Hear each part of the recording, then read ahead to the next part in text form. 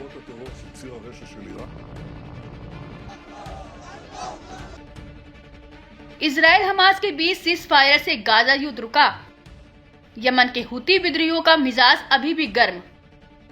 Israel और अमेरिकी ठिकानों पर किया बड़ा हमला। 15 महीनों बाद इजराइल और हमास के बीच सीज फायर डील पर सहमति बन गई है। इससे गाजा युद्ध में शांति की उम्मीद की जाने लगी है। बावजूद इसके यमन के हुती विद्रोही अपने हमलों से बाज नहीं आ रहे हैं। एक बार फिर हुती लड़ाकों ने इजराइल को टारगेट करते हुए हवाई हमले किए। बताया जा रहा है कि लड़ाकों ने इजरायली के 2 संवेदनशील और रणनीतिक साइटों पर टारगेट किया। इससे इजराइल को बड़े स्तर के नुकसान का भी दावा किया गया। हालांकि इजरायली बलों ने अपने नुकसान को कम आंकते हुए कहा कि हुती विद्रोहियों के हमले को पहले ही रोक दिया गया था।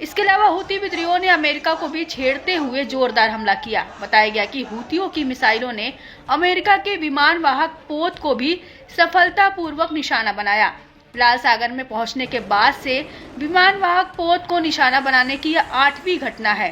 हुती विद्रोहियों ने दावा किया कि उसके हमलों से अमेरिकी विमान वाहक पोत को ऑपरेशन थिएटर छोड़ने के लिए मजबूर होना पड़ा।